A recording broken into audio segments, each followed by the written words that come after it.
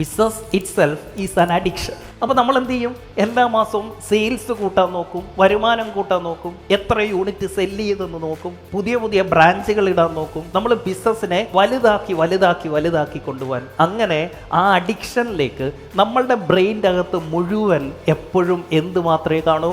Business scaling, ബിസിനസ്സിനെ വളർത്തുക എന്നുള്ള ഒരൊറ്റ കാര്യം മാത്രമായിരിക്കും നമ്മുടെ തലയ്ക്കകത്ത്. ബട്ട് ഇന്ന് ഈ നിമിഷം മുതൽ നമ്മുടെ ബ്രെയിൻ്റെ അകത്ത് ഒരു ചെറിയ സ്ഥാനം എന്തിനു കൊടുക്കണം?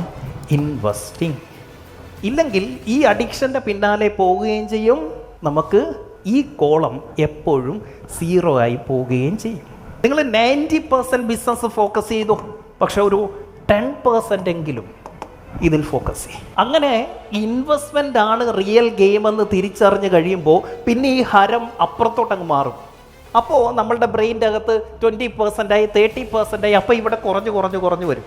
അങ്ങനെ ഇതൊരു 60%, ഇതൊരു 40% ആക്കി നമുക്ക് ഒരു കൊല്ലത്തിനുള്ളിൽ മാറ്റാൻ പറ്റണം.